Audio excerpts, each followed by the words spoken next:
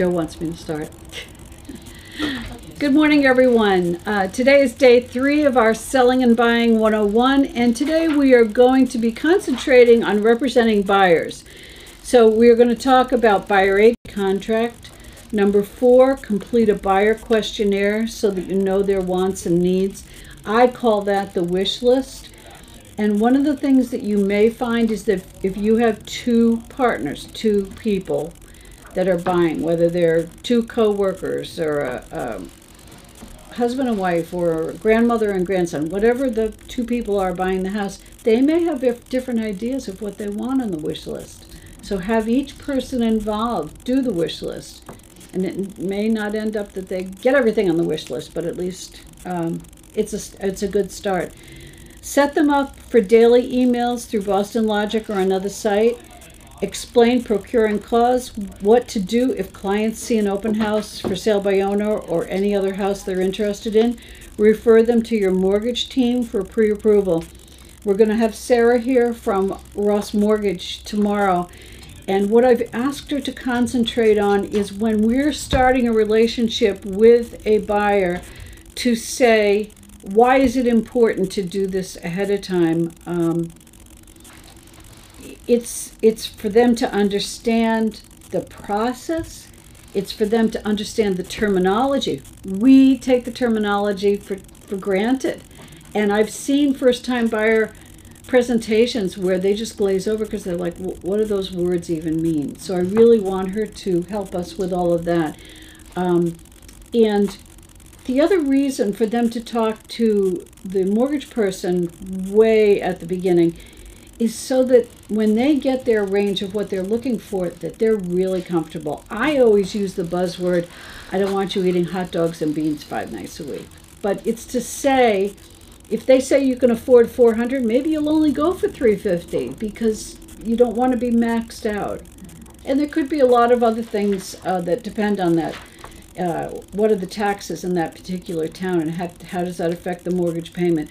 With a condo, it could be, what is the condo fee? I mean, in Chelmsford alone, the condo fees go from $250 to $800 a month. So it's a huge difference in your monthly payment. Give them your marketing package. We're going to defer to Sarah in a little while because she's already done some work on that. And then last, start looking at homes. So that's a really good order of the steps. So let's take a look at that. I think you have all of the forms in your packet here. Maybe, maybe not.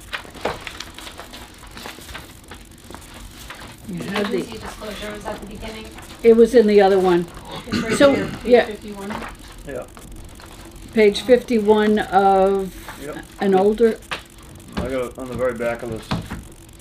Okay. So remember when we were talking about the agency disclosure? I have more of them here if anybody wants another one. Remember when we were talking about that, you're going to need to fill out that you're representing the buyer. That's number 1. Remember that at the top of this form it says this is not a contract. I always say that in my speech. You should have your scripts in your head. You know, do practice. If I was new in real estate, and I did this when I started, I kept samples of each of these forms so that I remembered how to fill it out. What's the matter? I can't find it. What is it? It's right here. Yeah. In the back. The next one. So, again, you're going to say this is not a contract. Say, I need to declare whether I'm representing the buyer or the seller. Then, when you go down to the middle and you're going to click, we're the buyer agent. We filled this out in class the other day. You're going to click that you're representing the buyer, not the seller. And then it's very important underneath that we are a designated agency company. So you're going to check that off as well, which is saying that only you are representing that person, not the 450 agents that we have in the company. Then you, again, if you're doing this in dot loop, and we'll go over this again on Monday, your signature will come out, the printing of your name will come out, you have to hand type in, which you could do all this ahead of time, your license number, And the date comes out automatically on the signature that you put in, so you don't need to put that in. And then, getting ahead of ourselves, but we talked about this a little already, you're always going to ask who's involved in the transaction, meaning who's on the, well, it doesn't apply to the buyer, but I'll just finish my sentence. If you're working with the seller, you're going to say who's on the deed, so you know who has to sign. In the case of the buyer, are two people buying it? Are they both going to be on the mortgage, or is one going to be on the deed? Whoever's signing all of the documents needs to sign this. And once again, when you start that loop and you put the details in, their information will automatically come up. So again, when they click on in dot loop their signature, the date will automatically come up. The printing of their name will come up next to it. Has everyone done that in dot loop? Yeah. Okay. All right. So upon meeting a buyer for the first time, you should first explain agency law as discussed in our first class. The mandatory agency disclosure is a form where you disclose who you are working for and discuss the possibilities of disclosed dual agency as well. Remember that with these forms, you're always handing them both pages. Just like we talked about with the lead paint yesterday, you're handing them all 10 pages. But the second page gives an explanation of all the different types of agency. So you want to have them have that information. And I know that there are agents out there that make them initial this form and initial the second page as to say that they have received it. So it's actually a good cover to do that. The agency disclosure is not a contract, and this does not obligate the buyer to work with you. See, that I think in its simplest form can be something that they might get confused about. What's the difference between a buyer agency contract and the agency disclosure? So I always have them sign this first. You know, go from the simplest form leading into the more complicated forms. Now, the buyer presentation PowerPoint, one of your homework, well, they talk about that. We're not really doing homework. We're going to do it in class today. How many of you have looked at the buyer presentations in Jostle? Okay, if you haven't yet, you're going to go to Jostle, go to the library, and go to presentations. I can't toggle today, or can I? This is the copy of it, Susan. If left and right doesn't work, try it. Thank you. Look at this wonderful thing. So Stacy has prepared all of this content for us. So that's your homework. Go to Jostle, library, and presentations. In the presentations area, there's a buyer presentation, there's a listing presentation, and there's a pre-listing presentation. And I think they're both in there in Word and Publisher, if I'm correct. This, I'm sure that Sarah's isn't in its standard form, default form. But if you had nothing else to use, you would have this. Which, go back to, I know that later in this module, it talks about how to hire a lion. Everyone's read that.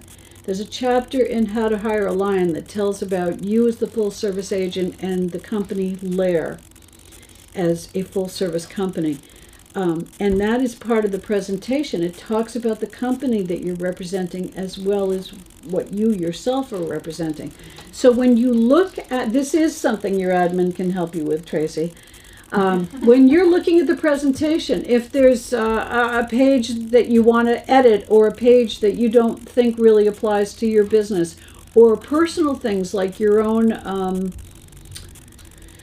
biography or testimonials. Testimonials are always great to add to that. But do this. This is your secondary homework to do at night when you're watching TV or on a weekend or something like that, so that you've done it and prepared it, so that you have it ready. Have that stuff ready when a buyer calls and says, I want to go out, that you can take this with you. That's awesome to do. And we'll talk about the listing presentation in the same way. We have given you so many resources to use to start with, and then make your own. Use them. Again, so many parts of the How to Hire a Lion book refer to how you're going to deal in your business with buyers and sellers as well. So thank you for that. Make sure it's customized. Make sure your branding is all there. Again, the admin can help you with that. You should have your signature. You should have your picture. It should talk about you. If you have any questions about that, we can go over that at another time. But it is all in Jostle for you, and it's in a beautiful format. Another thing in your presentations, and in Improv, how many of you have looked at Improv already? Okay, in Improv, but also in Jostle, we have professional brochures that were made, and they talk about everything from buying to selling to multiple offer situations. Those are bifold color professional brochures that were made. Those as well can be customized to you. Have you guys looked at those? Mm-hmm. They're in Improv as well, under brochures. So they're there. An agent in our Concord office put those together. So they're there for you to use, and that's another thing that you could add to your presentation folder. Have these folders put together so that as you're getting busier during the spring season, you're not freaking out at the last minute and saying, oh my goodness, I haven't even looked at what LAER has to offer, and I haven't taken the time to make it my own. Sarah gets an A+ in that because she's already done that. Okay, so the next thing that we're going to talk about is the buyer agency form, which again I'm sure is in here. Once you have completed your presentation, so again, in doing your presentation, you're giving them an understanding of what it is to represent a buyer. If you turn to page 27, I actually love this page. 27 is a buyer agency commitment form. It says, thank you for choosing me as your exclusive buyer agent. This form outlines our mutual commitment to one another. So this is a great thing to present to them when you're going to ask them or explain to them about buyer agency. I look forward to helping you finding a home that meets all the needs of you and your family. Here's my commitment to you, to work with you to determine your needs, to show homes in MLS which meet your needs, to create a personalized marketing campaign to find the ideal home if we don't find one in MLS, do a CMA before we write and present an offer, write the offer and negotiate, point out anything I become aware of which could negatively impact the value, provide you with a list of professional home inspectors, service providers, handle the details during the transaction, follow up, troubleshoot, and work with you as my client. We'll talk about that in a minute. But with all of that, see, that's helping to give them an education of all that's involved. I mean, sometimes people feel, this is a piece of cake, why do I need representation, or what is representation all about? A lot of times they don't even understand that. We're on page 27, got it? We're on 27's in here. No, we're on, in your third day module, it should be there. So then your commitment to me, sign an see, this is why this is good to present before you go into the buyer agency contract. Sign an exclusive buyer agency agreement, which we'll talk about that in a minute. It'll stipulate the terms of what they're looking for. Inform other realtors and homeowners you are represented by me. Work only with me during the agreement period. Use recommended lender to determine max loan qualification. Remember that you can't just recommend one person. Be available to preview homes. I always offer that. I think more and more nowadays you've got people that are traveling a lot for business, and so something might come on at 1 o'clock in an afternoon and they're in Florida on a business trip, and so you could say, you know what, I don't mind previewing this for you. So that's a nice way to add your differentiation of how much you're helping them. Provide feedback on homes seen and services provided. I would also include in that, always be asking them for their comments. I think most of us don't travel in the same cars anymore with our clients. You used to be able to lean over in the back seat and say, so what'd you think of that house number 3 in comparison to house number 1? But then when you get to the next house, you could say, so what did you think of that? And they'd say, gee, I like it. It's like watching Property Brothers or something. I liked it, but if I could take the kitchen of one and mix it with the master bath of another, you know, so then you're learning. And if they're at the beginning point, sometimes they need to look a little bit until they decide, maybe this wasn't a bigger priority, but having a garage is, or having a second bathroom is, and they may change. And that's what the last thing says, inform me of any changes in your circumstances. So going back to page 3, once you've completed your presentation, you should ask the buyer if he's ready to commit to you as the agent of choice. We strongly urge you get a buyer-agent contract signed by every buyer you are working with. By doing so, you will have far less instances of buyers going off at an open house or calling a competitor's sign and buying their home without you, which really upsets you. In fact, most buyer-agent contracts, the client will be committed to you through as long as you continue to work in finding properties for them to look at. If the buyer does buy through another agent and you have a signed buyer-agent contract, in most instances, you will be entitled to a buyer agency fee. The other reason getting a buyer to sign a buyer-agent contract is that studies have shown that the act of a buyer committing to you by signing an agreement means that the buyer has mentally made a decision to buy. That does show sincerity. I agree with that. That buyer is far more likely to buy than a buyer who has not signed a buyer agency contract. Do you guys use buyer agency contracts? Sarah, do you? I haven't. Yeah. I'm a certified buyer's rep, and I'm sorry to say I'm not 100% faithful at doing it either. But I mean, there are awesome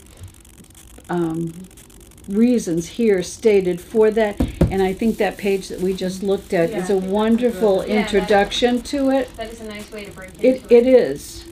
So let's review the specific terms of a buyer agent contract. There are the term of it, meaning the length of time, the duties of the agent, the duties of the buyer, and the broker commission. Please note that when writing offers, the buyer can ask the seller to pay all or a portion of the buyer agent fee. This can be written right into other terms in the offer.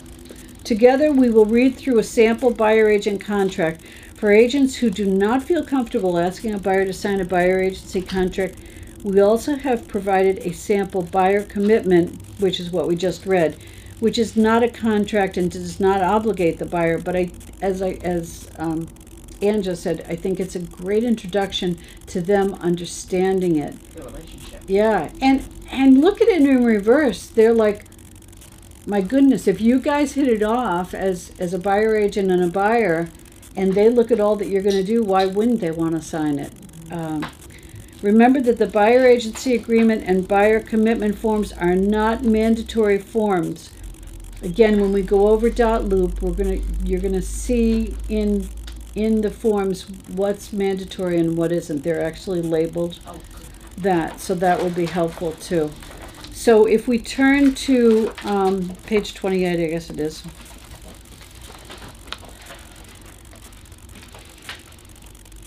This is the exclusive buyer agency agreement, which again is in, why isn't the second page here? Do you have a second page? It is, it's behind. Oh. It got messed up on Wow. Sorry about that. the printing. So anyway, at the beginning of it, obviously, is the terms. And then in paragraph 1, it says, the buyer grants to the broker. Oh, yeah, I don't have the back for some reason. I'm working on the 30-day older thing. Oh, and I forgot to go down. Can I just do that? Okay, so now I've got this on the, or not on the screen. Why is that not casting? Oh, wait, maybe not. You have it. Oh, no, it's 31. Yeah, so just pull this one out and put it in front of the Yeah, I got it. agency commitment form. That's it wrong. Yeah. I got it. Copy doesn't keep me here. Is there another one? Because the one I have on my screen is not. the same. So I know, put it in front of it. Thank you. Sometimes. Oh, this is good. Oh my God. So put it in front of that one, and then it works. Thank you, I used to be an admin person. And now the numbers are out of order. Well, we're trying to save trees here by Double. double siding. Doesn't always work out perfectly. So the one on this that you're going to see on the screen is not the one that we have in the packet here, but they both say the same. And I will say that the forms that we have in dot loop, which again we will go over to reinforce what we've learned today, everything that's in dot loop is the most up-to-date MAR forms. Lisa in our East Longmeadow office keeps track of that. Yeah, so that looks a little different, but the basis of it is the same. So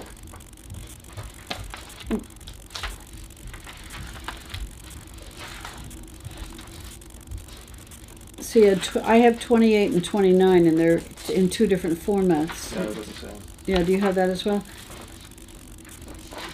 Do you both do you have two different buyer agreements in there? Yeah, so 2930 is one. Oh, that's New Hampshire. Yeah, That's why. That's why. Ah, so 28. Okay. Same issue. So again, we have the terms. So again, you got to think about the terms, and you have to think about who you're meeting, how well do you know them, and are they just starting? Because sometimes they don't really know what they're doing. So I would say maybe do 60 days or 90 days. I wouldn't do a long period of time.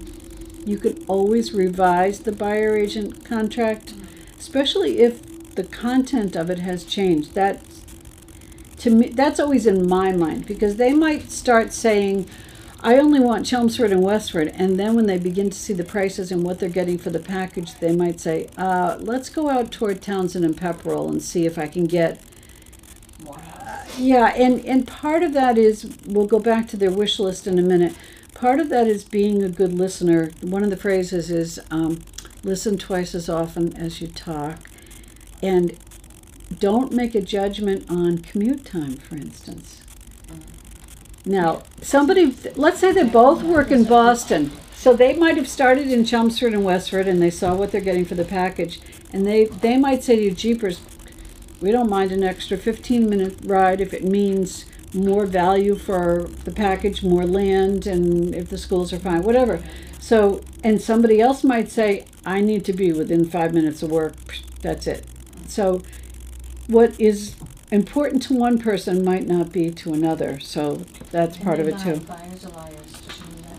Yeah, in the beginning too, they don't I had a really friend who know. did that. She was staying in one couple towns, and all of a sudden they called me. We're in Boxford. I'm like, Boxford? Yeah, It wasn't even on the list. Yeah. Thank God they're loyal to me. and that's part of the question of the buyer agency contract, but we'll go over that. So in paragraph 1, this is what you promised to do and what they if the buyer grants to the broker the exclusive right to locate and procure a real property acceptable for purchasing, the buyer further agrees to refer all potentially acceptable real property to the broker. So it gives them an understanding of how this is going to work.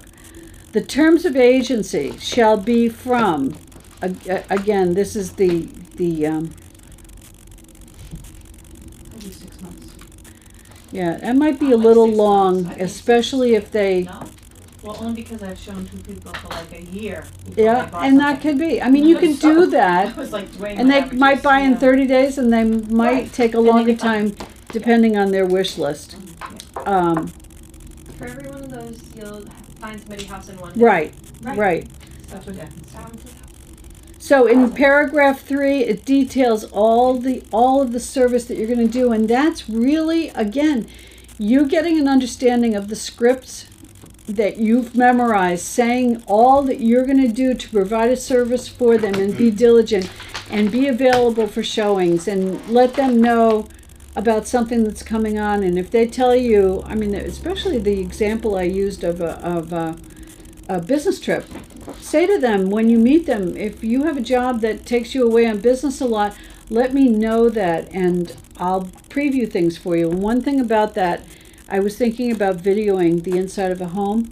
If you were going to go preview, and when you set up an appointment with Showing Time, you're going to say that you're previewing it, If you had a thought in your mind about doing a video inside the home, you have to get the owner's permission before you do that.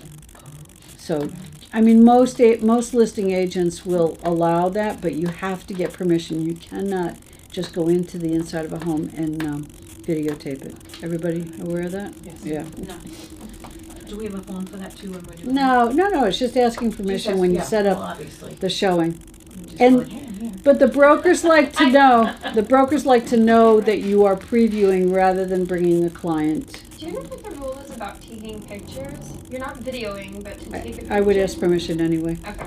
So, to me, that answer is more about code of ethics, which is your license on steroids.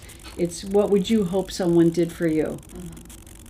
So, I don't know. I assume if a house is listed, people could take pictures. Like, so you But- may have you may have people that don't ask permission. I would always do it. Do what you hope someone does to you in return. That's how I would look at it. I guess I would just expect it to happen. Like, that's why we coach the sellers on take down personal I'll tell you things why. and- I'm going to make you think about that. Yeah.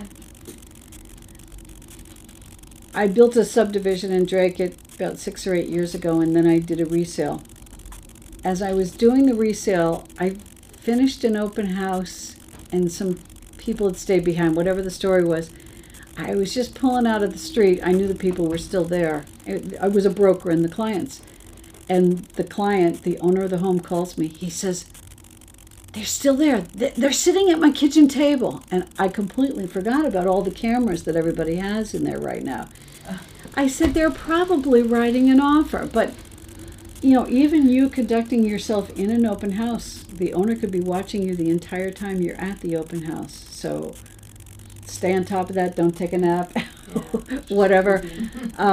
But if they are scutchy about pictures being taken and you're taking pictures, they may see it on their surveillance and not be happy about that. I would just, especially with homeowners having the surveillance of everything, I would ask permission nowadays. And the other thing about surveillance, to get off the subject, is you got to be really careful now. If there are, you're not going to know lots of times if there is surveillance in the house. And if you're walking through with your buyers and your buyers make a comment, the seller is listening to that. So it kind of takes away that privacy Doesn't that that you have to be have. disclosed now? About cameras in the home? I think it should be. I think it's supposed to be, Yeah. to be quite honest. Yeah. So, If I'm you're not- recording, absolutely. Yes. Yeah. Mass is a double consent state, Yeah. right? But still, I would still, and especially we're not saying that all brokers will do No. that, but they should. But I would still be cautious with my buyer and say, let's talk after we get outside, oh, sure. as they're opening closets or seeing that the furnace is from 1949 or whatever, because the comments may be heard and you don't. If you preface it before you take them in. Yes, oh, absolutely, That's the way, that's why they absolutely. understand they shouldn't speak. Yep. About the house. Yep. We'll talk about it when we get outside or something. Yeah. So back to paragraph 3 about the broker's services and duties. This goes back to that nice piece of paper that we just looked at. If you can explain to them all that you're committing to do for them, that really helps to add to your validity and your dedication and commitment to them. The buyer's duties. The buyer shall agree to work exclusively with the broker during the time of this agreement. Buyer agrees to conduct all negotiations with the knowledge and assistance of the broker, agrees to cooperate with the broker by providing relevant personal and financial information and cooperating in scheduling and attending showings, and it goes on with them. I want to talk about the compensation, but I want to see if she wrote that in here separately. Yes. So the buyer compensation, paragraph 5, buyer agrees to pay the broker. And this again is, you can answer this 100 different ways. You have to explain to them that the commission is stated in any listing that you're looking at, and whether or not you say to them, I only do 3% commission, or whatever you say, that's up to you to explain to them and to negotiate with them. If the listing agent is only offering 2.5%, then they would have to understand that the 0.5% comes from them. How many of you have been in that situation. I've done it. Yeah, I don't either, but you know, you can do it, and there are a lot of people that do say, I won't work for any less than a 3% buyer agent percentage. My father always told me, pigs get fat and hogs get slaughtered. Don't get too greedy. Yeah, it's tough because you see everything out there for compensation nowadays, and you have to be very careful about that. Certainly you're not, or shouldn't. I don't. Again, code of ethics always overrides everything that I say. You wouldn't only pick homes that have 3% co-broke, but there may be some agents that do that. And so what are you going to say if your buyer says, oh, I want to go look at Pennock Road in Chelmsford tomorrow, and you know they're only paying a 2%? Are you going to say, oh, no, you don't want to see that bad? You know, you can't steer them. You know, you have to do the right thing. So it's up to you to explain that to them. The only reason that what I would do is, this also goes along with how you're setting them up in MLS, and I'm just going to say my piece on this.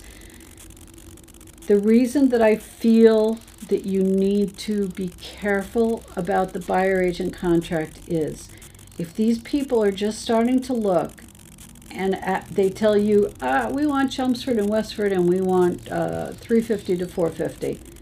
It might be 2 weeks down the road that they've expanded and added Pepperell and Townsend. So now that's changed the terms of the contract. Can you go back and revisit it?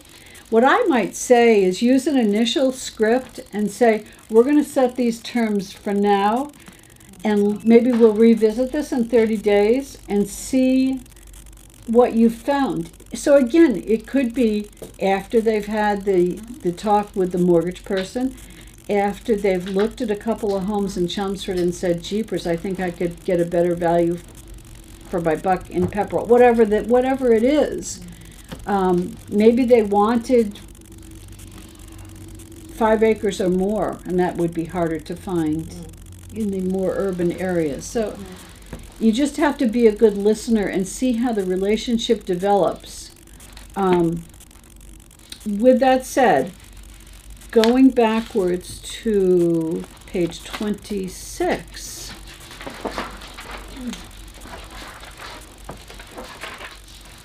This is one example of, thank you for that.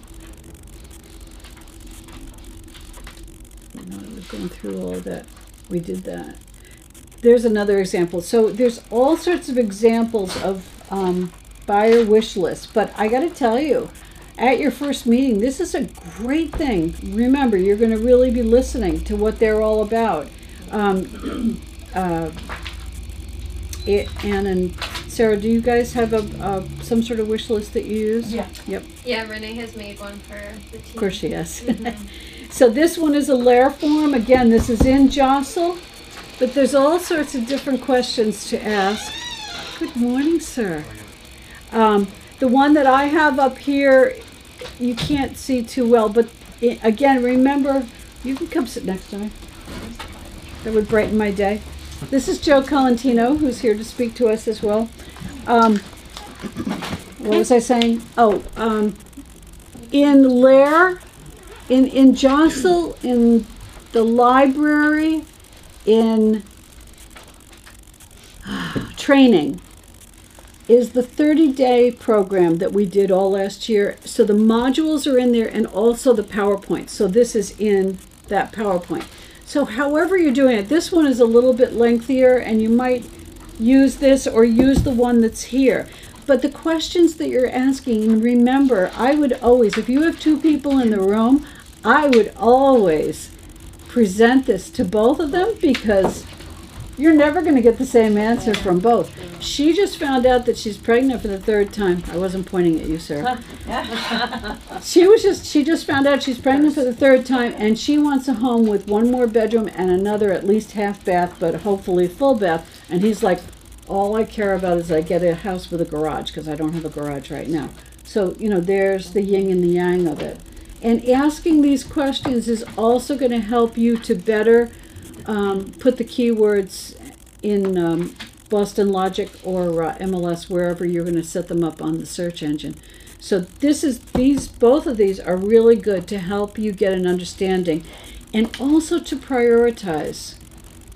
What's more important to you, the extra bath or the big fenced backyard because you have 2 German Shepherds? Whatever. So look at this when you get a chance in that PowerPoint. Again, this is the questionnaire that's in the PowerPoint in Jostle. With that said, even though I do want to do, there's also information in here about setting up contacts in Boston Logic. Has anybody done that yet? Mm-hmm. Excellent. Another thing that's really good in Boston Logic is a thing called Market Insights, which can help your buyers or sellers to know what's happening in their neighborhood. But we talked a little bit a few minutes ago about how your buyers remember that you're representing them, how they go to home inspections. If your buyer, and there's a lot of ways to look at this, Kiki had little cards made, and I think they're available in Jostle, that say I'm working with so-and-so, and you can hand those out at open houses, or, of course, the open house has a sign-in sheet. If your buyer is interested in a house that they've gone to an open house with, I would definitely go look at it later that day if you were doing something on your own. But the better one than that, again, code of ethics. I keep pounding this because you want to treat people the way you hope to be treated.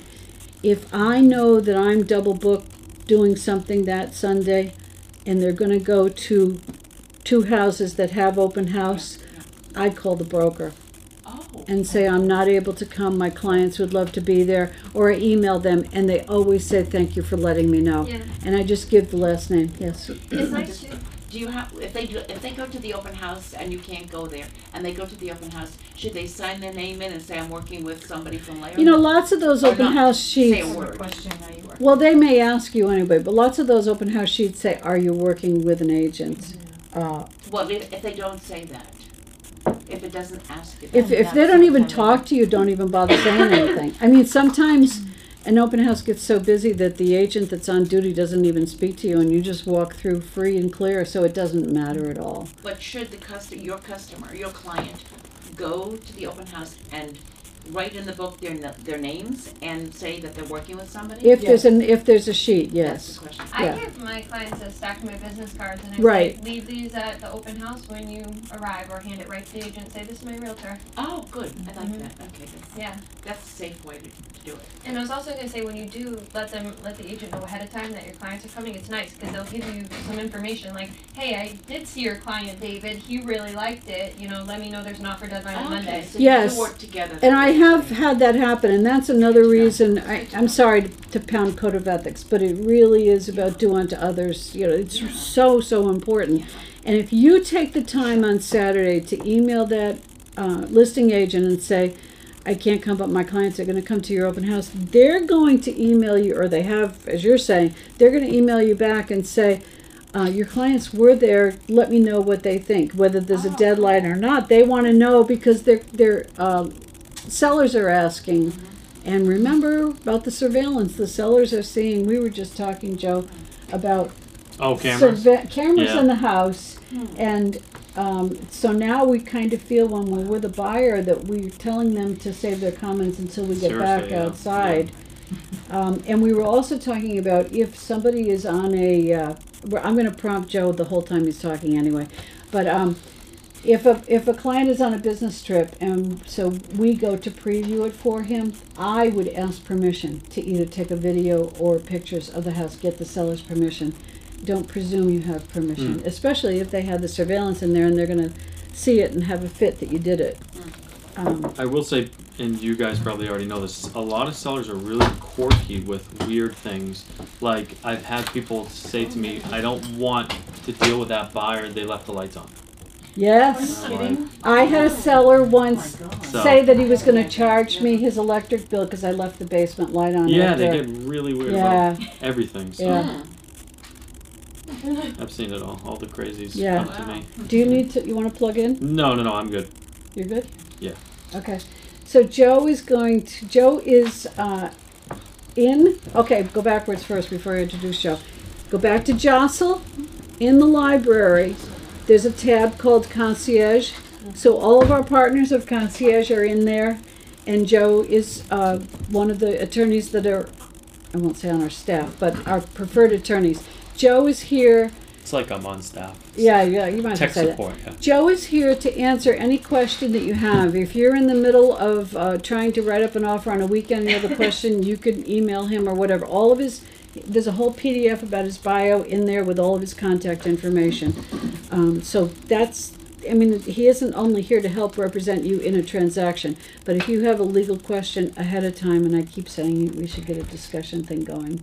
So Yeah, that I you know. can We answer. need to do that. Do you I know. listen to WAAF in the morning?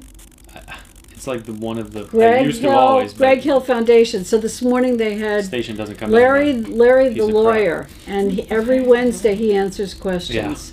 So I'm trying to get Joe to do Yeah, I this. would do Weird. something like that. You came up in my Facebook feed this morning, I was watching you. Some kid was driving and I said, he is gonna crash his car. And you popped in, Oh, that video, the yeah, property that manager that kid. was the property manager. Yeah. And then here you are. Yeah, that's Was funny. that weird? That is Your weird. phone listens to you. I didn't say his name. I didn't even know he was gonna be That's here. the secret right there. Probably When you walked in and you said Joe, I was like, okay. Yeah, weird. that's funny. So today we're talking about buyer agency and procuring cause especially, which we all know is a difficult and individualized thing. So feel free to ask Joe any questions. Do we have anybody online that you know? Okay.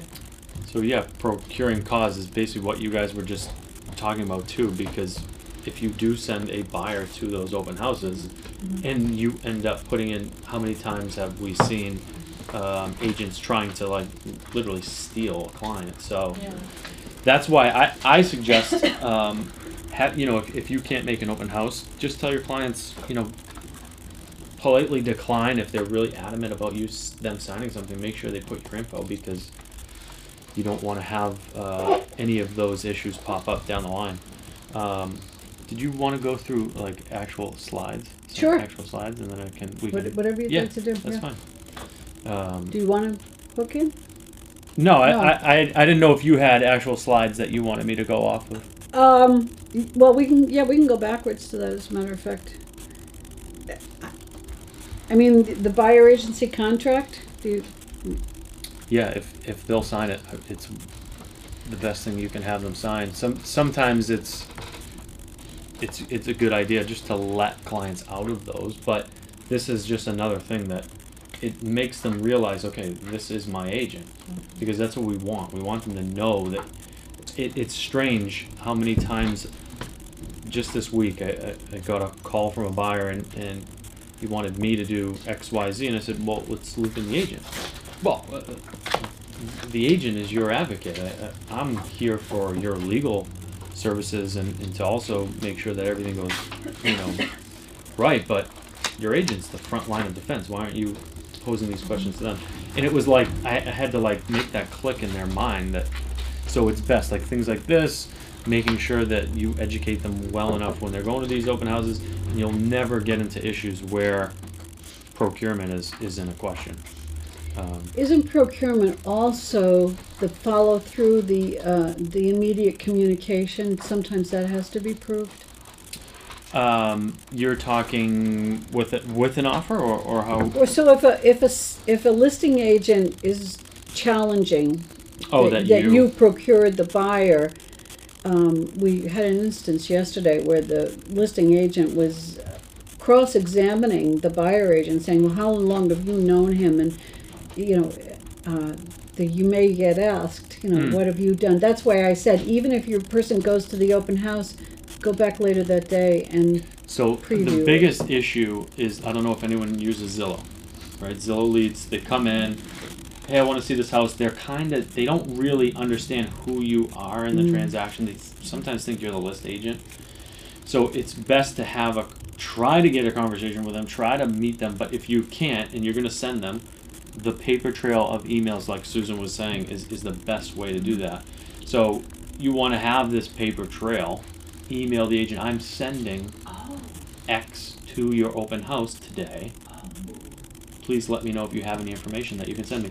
Then there's just a paper trail. There's never going to be, because Zillow leads are great. I mean, Zillow, your phone rings and you're like, hello, yes. I'd love to show you that home on, Main Street. Shit, I'm in Florida. Right. I'm going to be sending a client to you today. And then, that agent may say, well, are you working with them? So you do want to try to really nurture that lead and say to them, look, I'm not the list agent. I would be working for you. I would be looking out for your rights. It doesn't cost you anything. Whatever sales pitch you want to use. And then maybe send them an email, send, the seller's agent an email, like paper trail to attorneys. That's our thing. So one of the Everything in problems writing. we have, and I don't know how many of you have witnessed this, but in MLS, there are some brokers that have never put their real email in there. If you've never put your real email in there, it defaults to an email address that I think may have your MLS number in it or something. Yeah. It's goofy because never when you noticed that. go next to a person, the listing agent's name, there's this little box that's like the email box. And you, again, talking about paper trail, you could click on it and email right then and there, but that goofy email or MLS thing comes up. So then sometimes I'll go back into tools in MLS and look them up differently and try to find a real email for them to do that communication. But again, it's to protect your trail. Sorry. Go ahead. It's all right. Should we use the LAER email or our personal? Oh, it doesn't matter. Yeah, it doesn't. Doesn't matter. I email, like I use MLS because if I get an offer, I want to, and sometimes I don't get the MLS sheet, like I pay $100 and whatever a quarter just to look at properties when I get an offer because I want to see everything in MLS. So I'll actually email agents sometimes, like the list agent if I'm working for the buyer, just to like get my info to them. But I've noticed that. So what I always copy and paste it into my actual email. Like I click that thing and then, now that you say that, I have noticed that. I noticed sometimes that MLS email more on Zillow stuff. I had a rental and all of the emails were coming through my MLS number and not like my direct layer. Yeah. Which is kind of interesting. So I don't know if that's just maybe through like the third party. Everybody, Vendors. here's homework for today. Everyone should go back and look at their MLS profile and make sure that it's a real email and not the goofy initial. I think they just do that by default when you first go into MLS, but you got to make sure it's a real email. Yeah, because I think Zillow pulls, as long From as you check MLS. it off, Oh, whatever you do, gosh. it pulls right from MLS. Yeah. So if that is messed up, it would be giving you a bad email. We're going to, if we could segue sideways, one of the things we were going to do today was write an offer, but if I just pass this out, can we ask questions about different things that are going on with offers and just have you help us out? Yeah. So just spread these around, guys. I don't know if they were in your folders or not, but I have the worst coffee breath right now, and I can taste it. So that's right. I'm apologize. drinking I coffee. apologize. Do you want a mint? If anyone has a mint, Yeah. that'd be great. So one of the things we just talked about a few minutes ago was in the buyer agent contract where it says our compensation. And it says in the module that we have that the terms for compensation can be written in the other terms of the offer. So, yes, that is. I have seen issues with compensation being That's- changed. Why I'm asking it. So if you do it, you want to make it. You cannot hide the fact that you're doing it. So you really want to make it known. I'm asking for more percentage here. It can't just be like an ancillary thing in the offer. So if you want 2.5%, you have to make it very clear. I'm asking for 2.5% buyer broker commission of the net sales price. You couldn't just throw it up in here. Or So it has to be in the additional terms. in the additional again. terms, and I would make it extremely, extremely clear, even in like an email. Oh, this rip off or something. So the first 2 days, I'm going to ask some questions just because I want to go over the things. Not everybody has been here. The first 2 days we went over lead paint law because Stacy just did a big module on that. So we we talked about how to do that completely. Then Mhm. yesterday we went over fair housing and acceptable words, and now I forgot why I was asking that. Oh, I know. Can you just talk a minute about when we're meeting with, even though we're talking about buyers today, when we're meeting with sellers, asking the question initially about who's on the deed, so that Mhm. we know that the proper parties are signing the document. Yeah. So, Yeah, so you always want to just ask that question, because sometimes people had a boyfriend or a girlfriend and they split up and people were paid off, but they didn't properly come off the deed, or sometimes mom and dad co-signed, or a friend or a relative, or the husband who's not in the picture anymore is still on the deed. So you want to ask those questions, because if they are, we can do a few things. We can redraft a new deed right off the bat and just record it so it's in the one person's name, or we have to have them as a party to the whole transaction, the other person on the deed, because you're technically an owner. So if they're truly out of the picture, it happens more than you would think, especially with divorcing couples. So if they're truly out of the picture and there's a divorce decree or something to prove that they have no right in the home anymore, we just have them sign a deed and record it, and then we go about our business. or a death. Yeah, if there was a death too, yeah, then we need to know that. Oh yeah, I owned it with my husband, and he's passed away 2 years ago, and okay, that's good to know. Did you probate the estate? What obstacles are we going to come up against? For the offer, I've gotten in the habit of sometimes just putting owner of record when making an offer. Do you think that covers it, or should you Yeah, really always ask the listing agent? You who's on the can deed? do that, but I'll tell you the easiest way, and I literally use MLS this way for like every deal I do. I go on public record, I put in the property address, and it tells me the two owners right there. So And you you was trust that? But then I cross-check it to the registry of deeds. But Okay. but yeah, that's where I always start, because if I just get an address and it says 9 out of 10 9 out of 10 times I get an offer that says owner of record, and it doesn't say anything else, I'm like, okay, the property address is all I have. So I go in MLS, put in the property address. Sometimes there's book and page in there too for the registry, so I'll just put book and page, and then I'll just do a little bit more searching to make sure I'm good. But that is like your first. So that's a good question. Do you see what Joe's saying? That adds to the validity of what we just looked at on the that questionnaire that we had, which was so nice. This, our commitment. If you're going to check, that just eliminates stumbling blocks later on, that you know as the buyer agent who you're dealing with. You can even, like, if you go on MLS and you put in, you know, I'll just put in my in-laws address, because I know it hasn't been changed over in 100 years.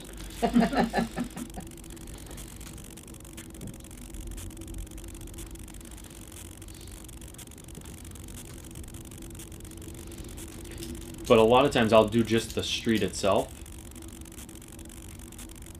What's going on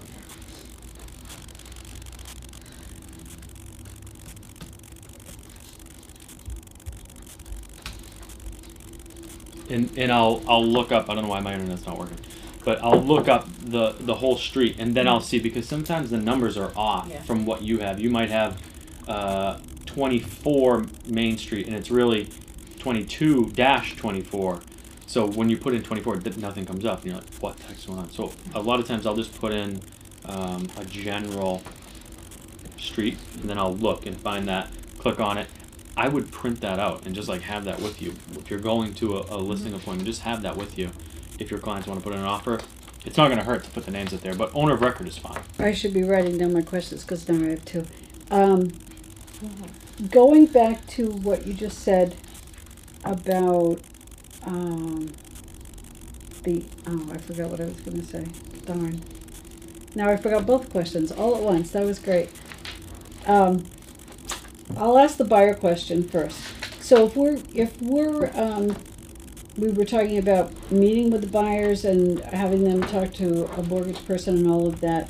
When you're writing the offer, if one person is going to be on the mortgage, but both are going to be on the deed, how do you write the offer? Put them both on. If they're both going to be on the deed, deed. yeah, you put them both on the offer and on the purchase and sale. But you can always change it after too. I mean, if we can do an addendum to the purchase and sale if you need to add someone later, or so it's not the end of the world. Just have whoever's the main person getting the money on there.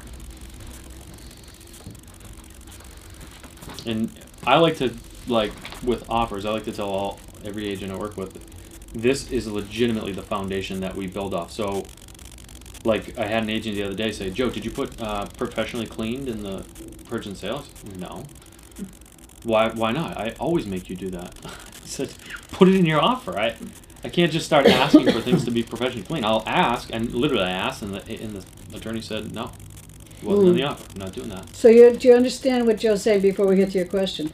He's saying, and we're going to go over this in a minute, the things that can be included in the other terms. If you don't specifically go over that stuff with your clients and you don't write it in the offer, it can be hard to ask for those things as the attorneys are going from the offer to the purchase and sale agreement. So, And if you have like inspection contingencies, I can put it under that. That's usually where I argue things like that. Hey, upon inspection, they notice it's like overly dirty.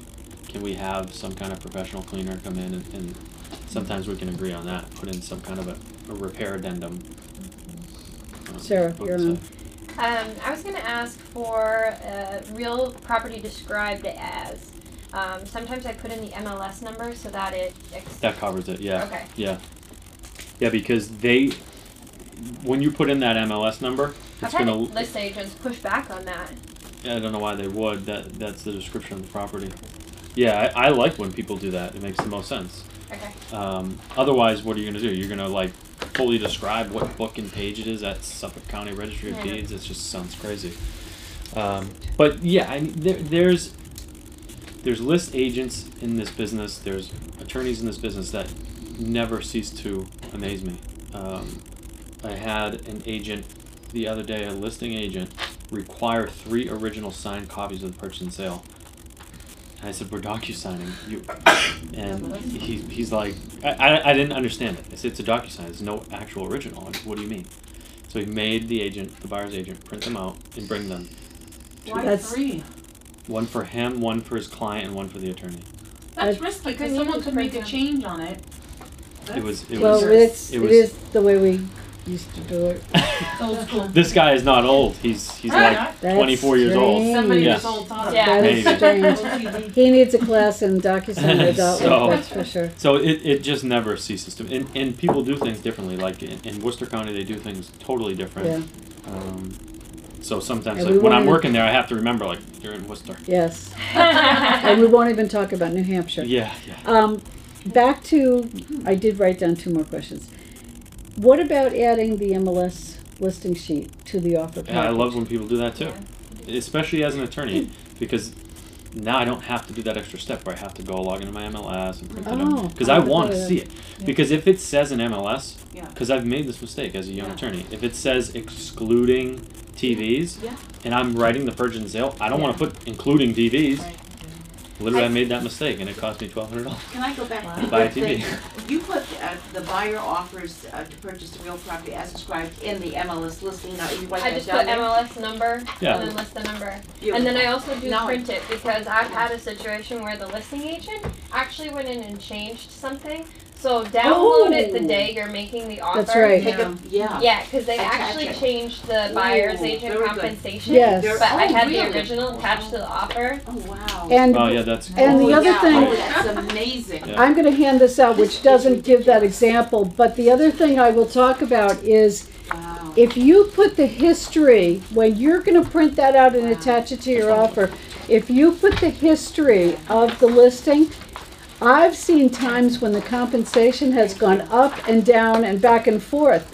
So at the day that you show the house and write the offer, if you print it out on that date, which will show, then it will be evidence of what the compensation was on that date. That you showed. They're very, I hate to say this, but, years ago, when you had an offer to purchase, it was like several pages, and you could do those additions. I looked at this and said, where do you put all that information? How do you put all that information Well, there are in 2 there? pages there, you do realize that. And you can type as long as you Oh, I want in see. the Now I additional see it. I terms. see. On Yes, on like in the, I've dollars. seen it like on But the the only thing forms is, that I get. It will be like its own page, the thing, additional Yes. the provisions. thing that's missing are all those little special things, like appliances that are included, things that are excluded. So that if you do it according to the MLS, that's Yeah, perfect. that's why you want to do That that. is great. So I have a question about that. So sometimes I've written offers that I would just write in appliances as listed in MLS. Mhm. Now, Might not be listed. well, I'm going to tell you a bad thing that happened, and you're going to remember me today for my code of ethics speeches. So I sold a house in Lunenburg, and we were sure that the washer and dryer came with the house. It was in there, whatever. When we got to the final walkthrough, there was no washer and dryer. Oh my goodness. So I called the agent, and I forget what happened, but she and either the seller had changed her mind or they had had a miscommunication. She admitted that it was her fault. Remember what I said? Do unto others as you hope would be done to you. She came to the closing with a check for a washer and dryer for my clients. Okay, that's good. She had been away at a Yeah. Yeah. conference for her company and forgot to communicate what had been agreed to her sellers, and she admitted it. So that, Yeah, I had a similar situation, and I will never make the mistake again, where I used my standard form purchase and sale, and it says in there, TVs that are hung and blah, blah, blah, right? My client was listing a home, had it staged. It wasn't even his TVs. Oh. Had it staged. In paragraph 3, I tell every realtor, look at paragraph 3. If you see something that's not supposed to be there, tell me. Yeah. Yeah, take it out, tell me. Paragraph 3, this is all that I want you to worry about, because that's like inclusions and exclusions. So we get to closing. Now the buyer, the whole time knew MLS said excluded. His offer said excluded, but the purchase and sale said they were included. So that's It super overwrites it. he Yeah. knew it the whole time, and he waited till the day of closing to say, "Where's the TV?" Oh. I'm like, "The staging? You knew it was staging." Joe, it's in the purchase and sale. It was like $1,200, and I just coughed it up. It was annoying, but I'd love to ask what you think about this language. I wrote an offer that said all appliances to stay as shown. Now since then, I list out every single appliance. yeah, But it said all appliances to stay as shown. And when we were getting to the purchase and sale, the seller pushed back and said, well, I can't give you the washer and dryer because those belong to my tenants. And we said, well, it says all appliances to stay as shown. And the listing agent was like, well, what did you want? The microwave and the coffee maker too? I go, I wanted all the appliances to stay as shown. yeah, And if there weren't, anything included, we should have known about that. So we asked for a credit, and they pushed back, and they're like, no, we can't give you something that belongs to the tenant. yeah. I mean that comes down to the mutually agreeable purchase and sale language, right? So that has come up a million times. Washer and dryer I mean, almost ultimately, always they didn't come want to up. walk away from the house. Yeah, so yeah, yeah. They should have just closed on an MLS. I mean, it's Yeah, they 100% should have, Yeah. and it just becomes, unfortunately, it just becomes a negotiation, and you could either win it or lose it. It's not worth losing a house over. Right. But that is definitely it's ask definitely everything. something. Yeah, but I I wouldn't. list them out now. Every single one. I wouldn't. You don't want to like make your offer super complicated. yeah, right? we're going to talk about that too. But you do want to make sure everything's covered. So maybe it's like an accompanied addendum, right? Like appliance addendum. This. The appliances usually, most people think of them as like in the kitchen. Attached, yeah, right. You know, Yeah, you don't What's think washer built dryer. in, yeah. Yeah, but still, I think refrigerators. In my head, I think, all right, is there any in the basement? What's in the kitchen upstairs? Yeah. Is there a washer dryer? Is it in the basement? Is there one up? Like, there's so many appliances now. Is the microwave under the cabinet? You have to think about all those things, unfortunately. Yeah, I just sold a home in Chelmsford that had a nice second refrigerator in the basement, and I don't think it was in MLS. And when I wrote Sellers the never offer, want you to have that basement fridge. that's for some right. reason. And I wrote it in the offer, and they did leave it, but it was only because I specifically mentioned it. Okay, I have a Yep. whole list of questions. Can you go over paragraph 7? Everybody look at that on your second page. And can you just tell us about filling in that blank line? So this is This is the exceptions, right? Yeah, Oh, I'm looking in the book. Oh, okay. So for anyone watching, we're looking at the offer form, which is in Outlook, and we're looking at paragraph 7, which talks about representations. I'm just saying, if we're filling this out properly, do we have to write none there if we have nothing to say? And if you had something to say, what would you be saying? Yeah, the things you to make it a legit good offer, you could write none, but it's not going to make a big difference.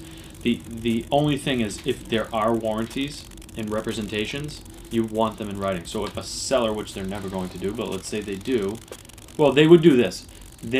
Sometimes you see that home shield thing, like we'll give you a 1-year Yes. American home shield. Yes. If they're going to do that, then you put that there. Yeah, seller to give a 1-year American home shield.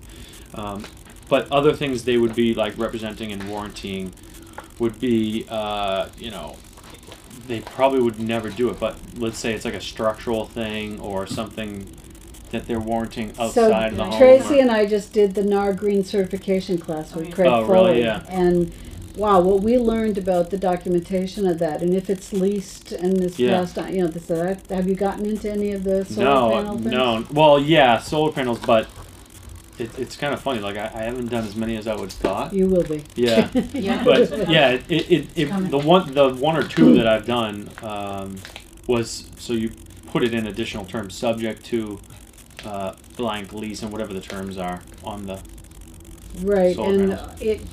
Well, that's a whole other. And then thing you got to to get get it. into. Yeah. There's a UCC filing Right, on it. You have to and get that has to be released. right. Yeah. Okay. What about for that one, like number 7? This is rare, but sometimes the seller is at the property when you bring in your client, and the seller they say says something along the lines of like, "Oh yeah, that's that hole in the wall that I'm going to patch up." Yeah. Like writing that. Yeah. in So there. that is that's. So let your But let's repair not put that in offers. Let's put that somewhere. Okay. So because we never want lenders to see stuff. Yeah. Because when they do, That's true. they make us think about it, and then it could screw things up. Yeah. So yes, let's document it somehow Okay. via email, something, and then let's get it into a repair addendum. Mm. a repair.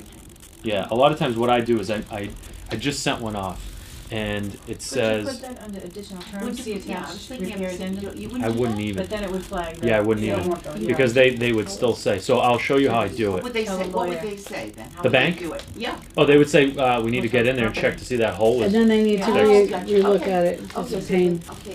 They make the appraiser go back out, Yeah. review everything, Oh. sign off, charge another $150. Yeah. Oh. Yeah. Yeah. But- Yeah. Oh, That's a lender though. It does, but you're better safe than sorry with it. James doesn't attach. No, he didn't. Repair addendum. Yeah. So I do this as a repair addendum, and what I say is, this is signed after. So you sign purchase and sale on any riders, and then you sign this.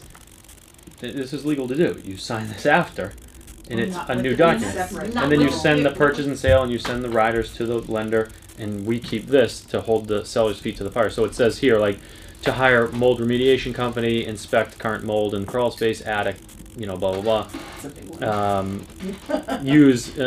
Redo the current kitchen countertop GFCI outlets by a licensed electrician, and then Is this after the home inspection? So Yeah. then you do the repair Yeah. addendum?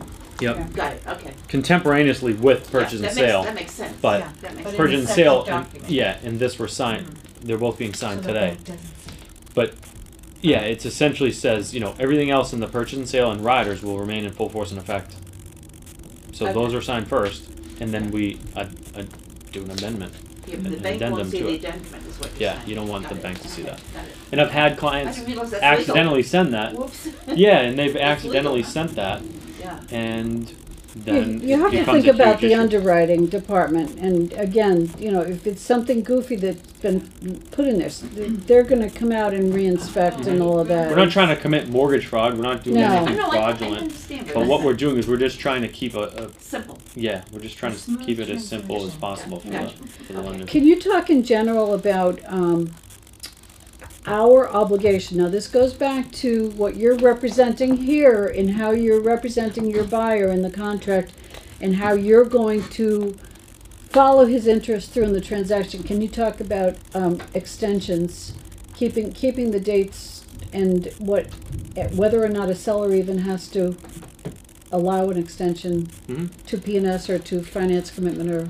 Yeah. They don't have to. Yeah, so let's take it on the sell side. So on the sell side, a lot of agents will always say to me, "Oh, Joe, today's the mortgage contingency date. Should I email the buyer?" No, don't. Let them. What he's saying Say is no. when you're representing the seller, the seller said, the listing agent said to Joe, should I email the buyer and see if they've got their commitment? You would think, because you're dying to know in a way, but Joe's saying no, go ahead, no. Yeah, Why? don't, because if you do and they forgot and they were going to back out today, Oh, yeah, got it, okay. then you just gave Yeah. them the out to say, hey, Exactly. we didn't get our mortgage. We'd Right, like to right. extend, or please give us our Right. money back. Otherwise you At can least you can keep not. the deposit. Yeah, At least show. I'm a proponent of never keeping a full deposit.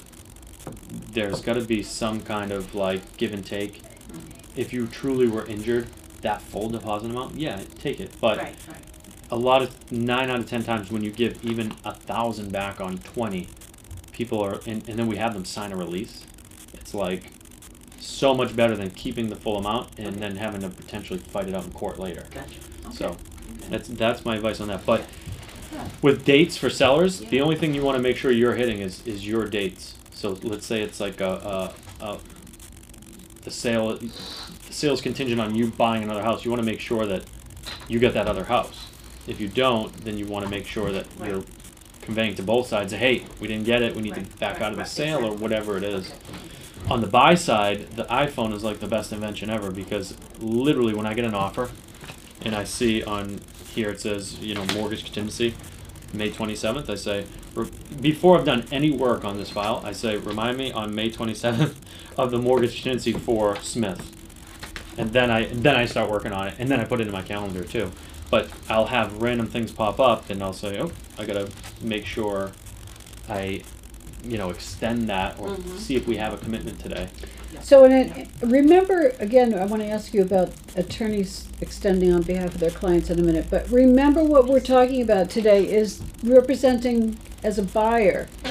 It's crucial for you to put those dates in your calendar. However you keep track of dates, CLOZE is another good program for that, or if you have a transaction coordinator.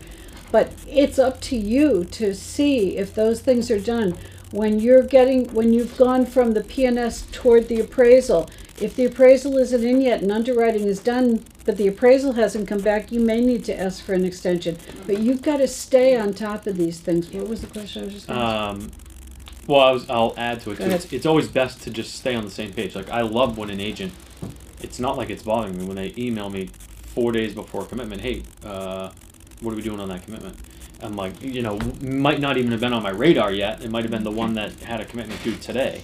So it's nice to everyone to kind of like be on top of dates, and that way we never miss them and we never risk losing deposits for people. So that's why I use the iPhone, and then I have a calendar and I have a whole spreadsheet of all my deals that are going on. So the question I had was, it seems that sometimes, and you guys must have experienced this, that when you're asking for an extension and people are going back and Oh, yeah, forth, that's always- that the attorneys do the agreement to extension.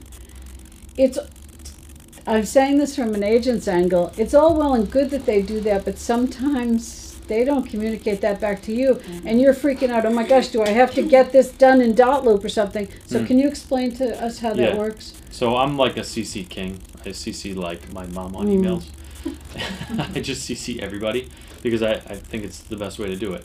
But I will never extend until either an agent has talked to a client or I've talked to a client to make sure that, because I've been in situations where logically you should extend, but the client has something else going on. Maybe they have a better offer or they think now the property, and they don't want to extend, and they want that deal to die. So I always ask, Wow. and that's so Yeah. rare. But Yeah. but let's say I do extend it, and then they're like, it'd be malpractice for me. So so I always ask, and I can only extend if we have a purchase and sale telling me we can extend.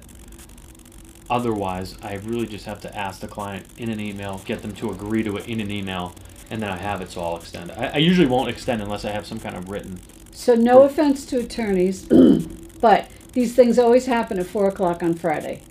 4:30. And it could be that one attorney is there and the other one isn't. And you're freaking out because you feel at the end of the business week, if you don't get these extensions, because this was due today and then all of a sudden it's Monday morning, if you cannot get the okay or the agreement from the attorneys, you've got to take it upon yourself to get an extension signed by your clients and get it to somebody else. At least you've done something if you can't. Yeah, and like for me, I'll have times where like I can't get a hold of the attorney. I've called, I've emailed, whatever it is. Paralegal's not answering, and I'll put out an email, and it will be, we need to extend until X date. Please advise by, the next 3 hours. If you don't extend, or whatever, you'll take your silence as an extension. Or so that's if good. you want to deny it, we want our money back, because I need to be protecting that money. Good. So I'm always I never worry too much about $500, $1,000. Those extensions, PNS extensions, it's like, yeah, who's not going to extend a So PNS? what he just said, of course, it always leads me to something else. Remember the book, How to Hire a Lion. And one of the chapters later in the book is having your full team. So having Joe on your team for all of you communicating is just going to help the entire transaction go smoother. And not for nothing, but going back to differentiating yourself to being a better agent and having your full team is not only going to have a satisfied customer for this transaction, but for future referrals. You're building a lifetime relationship, one transaction at a time. That's what you're hoping for. And having a great team on board is only going to help that communication and your clients. Back to what we said before about the clients traveling, and that's just an example. But they don't have time to keep track of all this stuff. And if you're doing it for them, you're golden in their eyes, and so will be the attorney who's on top of it as well. Can we go to paragraph 9 and talk about, I'll preface what I'm going to say, in this market, as we know is going to happen in the spring, that we're going to have 13 offers on something, and people are going to tend to not put things that we used to do. Inspections, mortgage. Well, or property to appraise at or above sale price. Yeah, that's a big one. Yeah. Go ahead, talk about it. So I get a ton of pushback from attorneys, and I always, whenever I do a buyer rider, I'll put that in, and probably 100% of the time it gets taken out, unless it was in the offer. And I take it out myself. Why wouldn't I? If it's not in the offer, I'm going to take it out if someone tries to. Appraise at what? At or above purchase price. You get some protections from the mortgage contingency, but not always, because the mortgage company can say to you, yeah, you just got to put down 25% and we'll give it to you. So what have you guys done? Have you put that in offers? It depends on the market. For me, some markets. you can take the risk with the mortgage contingency, but it's just nice to have. I mean, it's not. I agree with you. Sometimes my clients want me to put it in, and so I'll put it in, but then I explain to them if they're one of 15 offers on a house in Medford, theirs is going to get to the bottom of the pile, because so many people in Medford We'll pay didn't more. care. Yeah. We have $25,000 and we'll throw it in there. Right. Yep. So it's a conversation I have with my clients when we are trying to be aggressive with offers. Right. And it's a conversation that I have with the lender as well, about the lender to have with my clients as well, to explain the mortgage.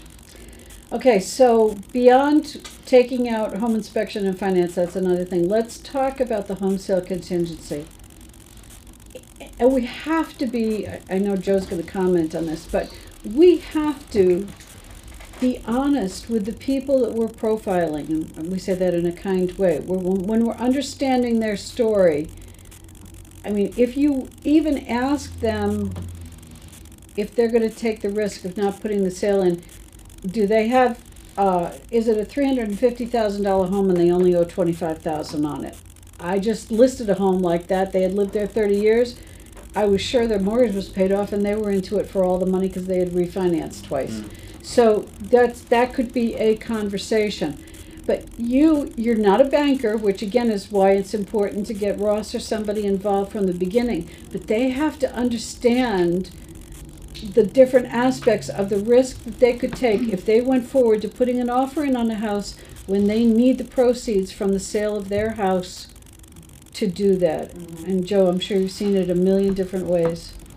Yeah, so I tell everyone, because this is I hate double closings. I hate all of this stuff. So I talk about TRID while you're at that too, yeah.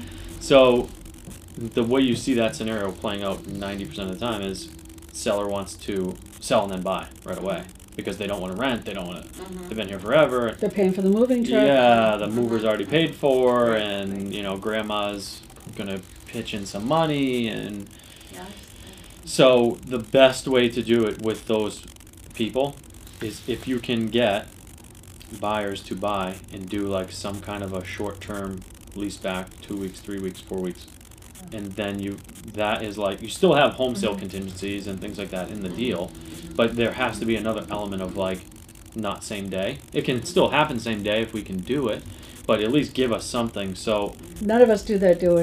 I Do mean, what? Not same day. I mean, don't yeah, we? it's like I rented back on my own sale. Did you? Yeah. But yeah, I mean, it's the best way to do it because now you have breathing room. You can slowly move Well, over then I to your didn't have place. to do a sale contingency on our offer, so it made our offer for our purchase a little bit stronger. Because I said, I'll interesting. figure it out. If I have to rent a hotel room for a month, I will. Yeah, But I'm and not that's telling- the seller I love, but that's Yeah. usually not. I'm an agent. yeah, that's usually not the seller. So remember in concierge, we not only have the movers and the junk people, but we have the pod guy who will not only, you can have your seller rent the pod, but he will put panels of you branded on either side of the pod. Anyway, I'm getting off the subject. But you have all of those possibilities there because they're scrambling. There's so many thoughts going through their head. Well, what would I do with my stuff and where am I going to, and all that jazz. And can you talk Yeah, about... and really it's there's a number of things at play, right? So the new lending laws, we know, like sometimes I'm getting lending packages at 11 o'clock in the afternoon on the day you're supposed to be buying. So if that happens on your sales side, if we don't get the sale of this, of your house done till 1, how am I going to get the money from your sale to then go fund your purchase? So there's so many things that are working against us. It has to work out perfectly. It needs to be like a 9 a.m. sale, and then I need to get the money, and then we need to go do your purchase, and the bank needs to get us your documents. And so there's just so many. And we've had situations variables. where you've actually signed the paperwork and you're not funded yet, so you're waiting Yeah. for that. Then there's talk about, even the moving truck is still sitting there in the cloud somewhere, and you're e-filing or however you do Yeah. it with the registry, hopefully.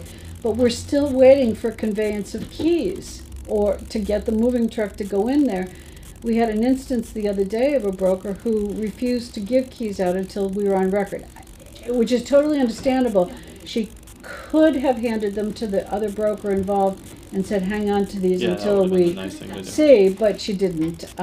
So there's again, all that we're talking about is the scripts that you have to go over with your client to get them to understand. They don't understand all that's involved with the attorney and with the funding coming from one cloud and then going to the second cloud, and all of that has to be figured out by the attorney, and so there has to be time in between.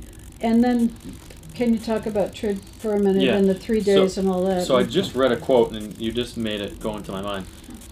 O.G. Mandino, The Greatest Salesman in the World. It's a great little book if you guys are looking for something to read. It's like 80 pages.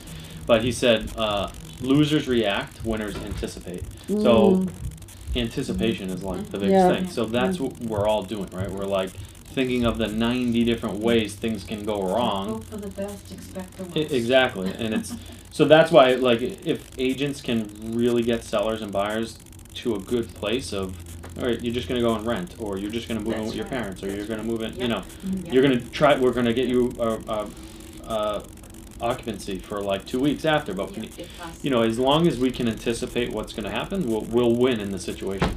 We don't want to be reacting to a bank getting us a closing back at 2 o'clock in the afternoon. And with TRID stuff, so as of late, attorneys are like trying to take it out when we put it in.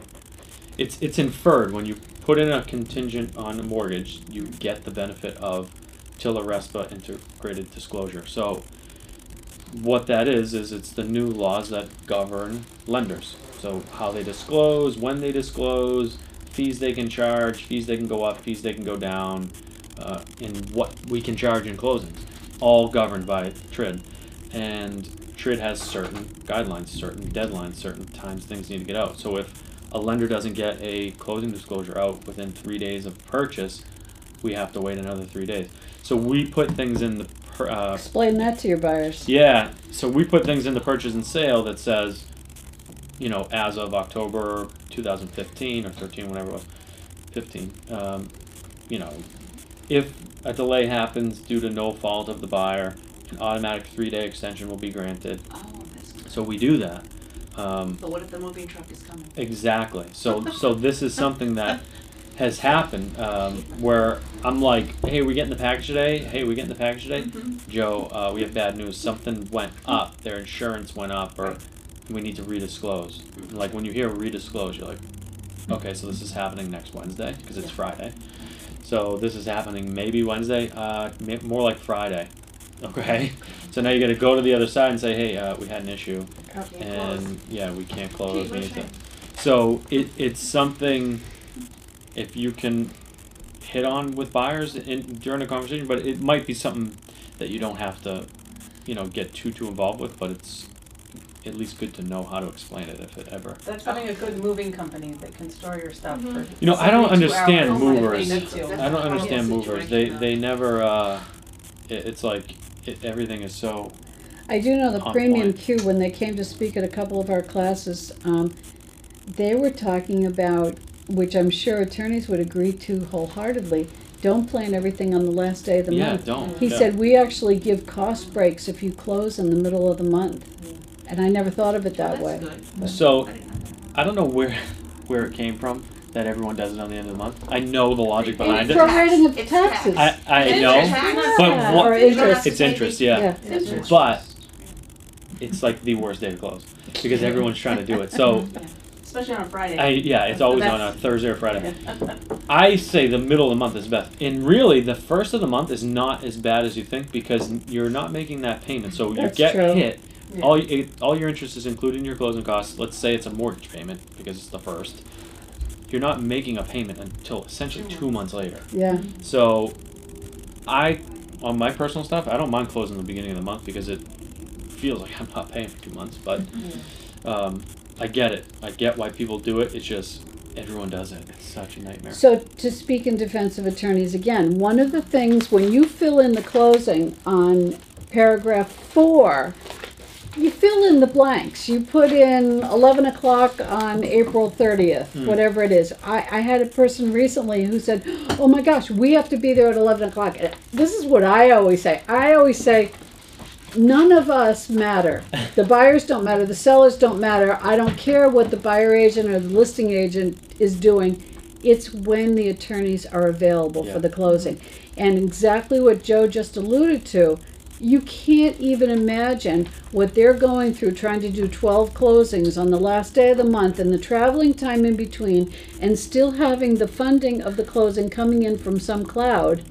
It's outrageous. And so I always It's say, really the lenders that screw it up. So yeah, on the 30th of this lenders month, I screwed it up. have 1, 2, 3, 4, 5, 6, 7, 8 deals. On the 30th of April, it's like, I have a very strange thing.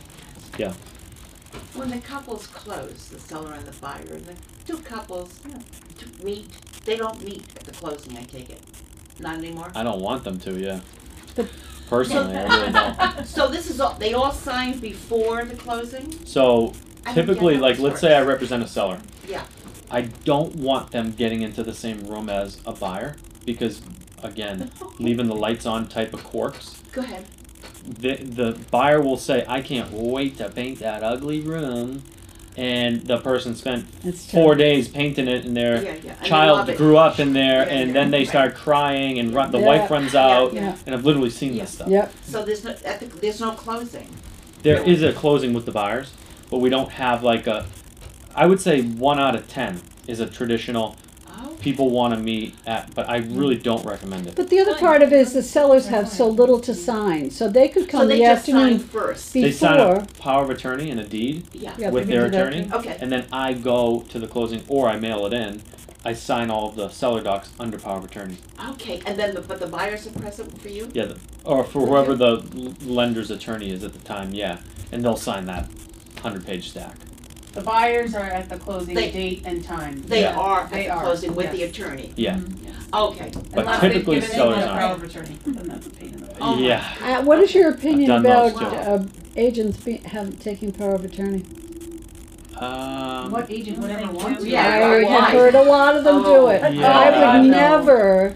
I would say to I would never. not do it. Nope. Get someone else. Like I had one where I forget That's a exactly what conflict of happened. interest. License. Yeah, I've seen agents do it. I have too. I've never done it. Don't worry. It's strange. Yeah. But I had one where my paralegal, I made the power of attorney because I couldn't have done it because I was doing the closing. It was for a buyer. And randomly the buyer, the deal got postponed and the buyer had this big trip planned. So the deal got postponed and then they went on the trip and my paralegal, so they were like, oh, well, let's make the agent. And I'm like, no, let's just make my paralegal the power of attorney. So I did the closing with my paralegal. She's like, signing under power of attorney for, Okay, under that power of makes attorney sense. for, That's under power of better, attorney 'cause for. So, I wanted to go back to something that you said in but the the lender needs to approve that, sorry. something you said in the beginning when we were talking about attaching the MLS page, and we really didn't get through doing an entire offer. But when you do an offer package that you're presenting to a listing agent, you have to have the agency disclosure. You have to have the pre-approval. You have to have the offer, and if you're going to include the MLS sheet, do that. The next thing that some people, did I miss anything? Lead paint. And lead paint, if there was one in the paperclip on MLS, your buyer should sign that, and that should accompany to have a full offer. Thank you for that. And then the one superfluous thing that you could have, and there's a real debate going on about, is the letter, to do the letter or not do the letter. We'll talk about that in a minute. But when your offer gets accepted and signed by both parties, do you find most agents are sending that entire package to you? And I do like you, when I get the whole you thing. do like, that's I that will was what I was say, getting yeah, I at. will say one thing. Like, I use dot loop. I don't know if that's We what you- do, Yeah. yeah. So, in dot loop, it'll send like right to my actual dot loop. So going So back, now I have your loop and I can like view it. we're gonna go over dot loop again on Monday when Charlene comes in. When you first set up the loop and you go into the details, you can put all the members of your team. So you're gonna add Joe right from the very beginning. So when you get that accepted offer in, all you do is click send to Joe. Yeah. In 2 seconds, It's the whole easy. package And then it's goes. like on my actual screen. But if even if you don't add me, you just send it to me. I would say this. You know when you can like download and it will then say multi-doc? Click on and make sure you put stuff in the right order. You want that offer to be first. Don't Yeah. make it the agency disclosure, then the lead. Like the important stuff you want whatever agent you're sending that to. You just want them to see this is the first thing that they see, offer to purchase. And then you have all the ancillary stuff under that. And the copy of the check. But it's funny, like a lot of times I'll get one and I have to scroll like 8 pages to finally get to the offer, and I would say, if I were like trying to accept this offer, I would be like, not annoyed, but Are you still Have to submitting scroll offers with through. a copy of the check? I'm asking because I have not done it for a very long time. So how Just do you- says check, check to be delivered. I tell the agent I'll deliver the check upon offer acceptance, like right away. I black out the account number and the routing number. I think we did, yeah, there is a point to that. I mean, again, there has to be consideration for the acceptance of the offer. So then it's how quickly are you getting it to the agent or whatever. If But they're you're content with that, you okay. might get pushback from somebody, I suppose. But there is a new, and I do think Stacy wrote something about that, I can't remember, but, to have people's routing numbers from their checks be on there, you can block it out if you're going to include that. And I do deliver it when they accept it, but I Yeah. show them that I have the check. Yeah, and one other note going backwards to writing an offer, to the scripts when you're meeting with your buyers, there are still people out there that do not understand that they have to have escrow money. Whatever that is, a first deposit and a second deposit, they were like, oh, I just thought that could come out of the proceeds of my sales. Yeah, I think a lot of confusion comes to the word deposit and down payment, but it rolls. You know, they don't understand a lot of times that it all gets accounted for in your purchase price. Right. So if you put too much of a deposit down, you technically get money back at closing. So, yeah, I've had that conversation a lot. But I will say to people too, let's say you have a lump of money. I would say to them, you don't need to put that down. It's usually $1,000 on an offer, and I mean, we had done 5%. Some people in multiple offer situations are putting 20%. But I would say if you're going to bring a big lump, bring it in a cashier's check to the closing. You don't need to have that in the escrow money on the time of the P&S. You could have a fair amount of money, whatever that's going to be for your second deposit, and then just bring the remainder. But you have to. I always suggest too, like, if you know what the real estate commissions are, make your deposit that amount. It does make it easy. Yeah. Does everyone understand that? Then there's just 2 checks. Because when you're filling out the check request for LAER, you have to put what are we holding or what is expected still. And if we're holding extra money, then we have to give that money, that usually To the goes back to the seller. So it just makes it easier if you know. Buyers that have not had checkbooks. Oh, yes. That's probably going to be a thing Yes, now it with is. all the Then young you people. Venmo the deposit. Yeah. I said, are you kidding me? And they're like, no, I'm serious. I'm like, okay, let's have another conversation. So now you have to go to a bank, go get checks, even if you get 5 temporary And this ones, is I don't this care. is 3:00 on a Sunday afternoon Totally. when they're writing an offer. And Yes. That's a holiday on a Monday. Yes. Yeah. Totally.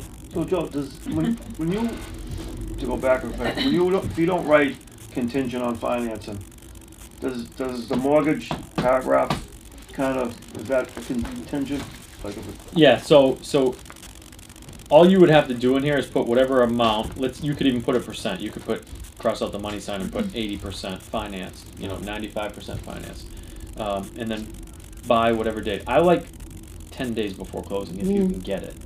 But if they If want you it don't get sooner, pushback. yeah. If they want it sooner, you make it sooner. But 10 days before closing is usually enough time for us to have a mortgage. and if something falls through by then though, and then you didn't write contingent on it, it's still, Yeah, as long as you have this mortgage contingency, yeah. you're good. Yeah, you're good. If you were to cross that thing out, Right. then yeah, you're Okay. knowingly saying You're we don't want sunk, this yeah. number A, we don't want. I have But you're another. getting it. As long as you don't cross it out, you're getting that contingency. Because I just put an offer in for a friend of mine, and it was accepted, and he has a house to sell, but he didn't need to, he went back to his lender because the seller wanted another pre-approval saying that it's not contingent on your house being sold, so I have the original of what he was, Yeah, because Up in to- that original contingency, you're saying it said sell your house and we'll give you X, right? well, no, the original pre-approval was just saying, up to 800 and something thousand or whatever. The house was 622, we got accepted for. So the second letter was, we'll approve, the sale to him, for this guy to be able to buy it for 622,000, and it's not contingent on him selling his house. So I don't know, I mean, that was just to kind of appease to the seller. But it was better to get that second one.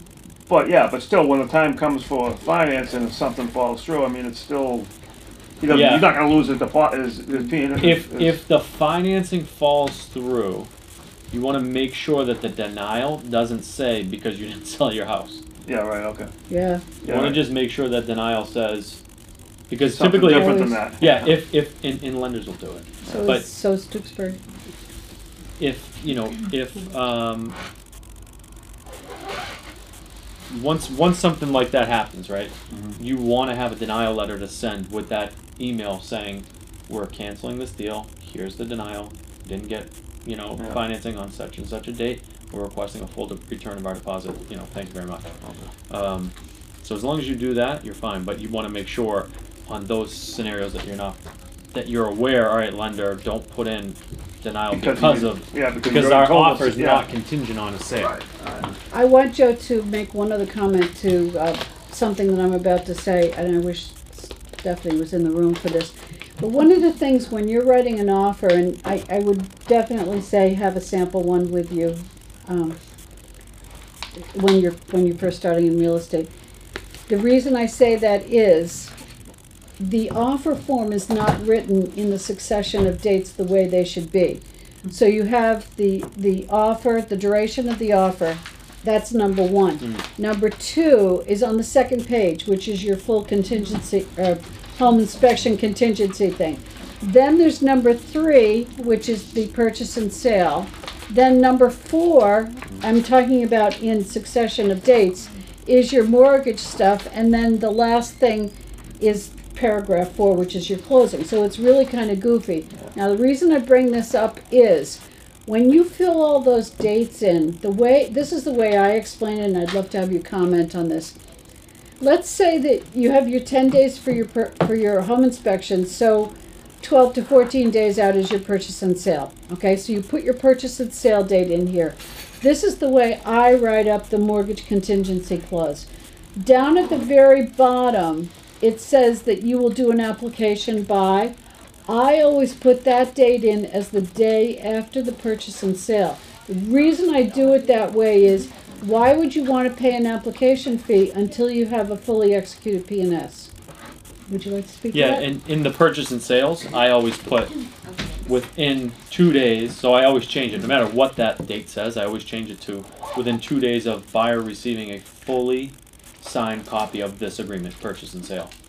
Because a lot of times, without a purchase and sale, you can't even get a full application in anyways. You know, they And won't that's get one it. of your immediate things to do, is to send that fully executed P&S to the bank immediately. Because I always say to the buyers, they won't really start the underwriting process until they have, there's they a million reasons They why. won't order appraisal. They won't do a lot of stuff without.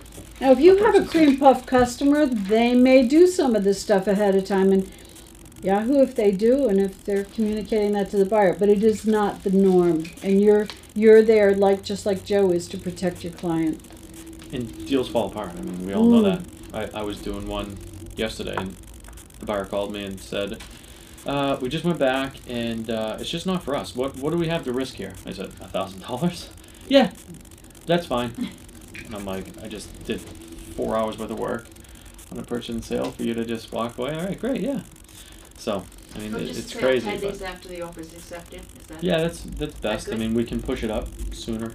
I always like to just get it signed, sealed, delivered. Yeah. So So are you finding also, I was just going to mention that, I don't mind doing the draft up or having the attorney do the draft up as we're doing the home inspection process. I'm just the optimist that everything's going to work out.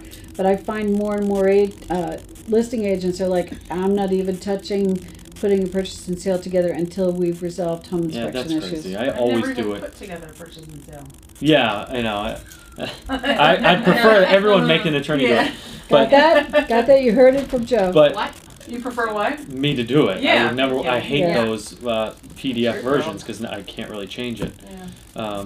But if I'm working for a seller, I know attorneys do that to me all the time. Well, I'm not going to send you anything until after inspection. Right. Well, are you planning on never selling this house? You just change the names if we walk away. So I always do it. Like Yeah. once I get an offer, just do it and send it out. And if they don't want to review it till their buyer's done with inspections, that's fine. Do you ever get asked to review the offers from agents? Yeah, and I'll do it. Okay. And they're really easy to. It's like, Joe, look at the contingency I put in there. How should I word this? Or a lot of times it's, hey, we got a counter. I don't know if I like that. Can you look at it? And I will. And remember, I think the overriding comment, my last code of ethics for the day, but this is more than licensing, is never overstep your bounds as an agent and pretend to be an attorney. Do not write addendums. Do not do changes. That's why Joe's here, to help, to advise, to answer questions, and to review. Never overstep your bounds, because you're only going to get in trouble. And who wants the responsibility of that? I don't. Joe went to law school. I didn't. Yeah. Unfortunately, yeah, I did. Thank you, Joe. Everybody, Thank do you you, have Joe. new cards? No, I have same old. So cards. in Jostle, in the library, under concierge is an entire page on Joe with all of his information. He's not in there. Under concierge. I didn't see him in there.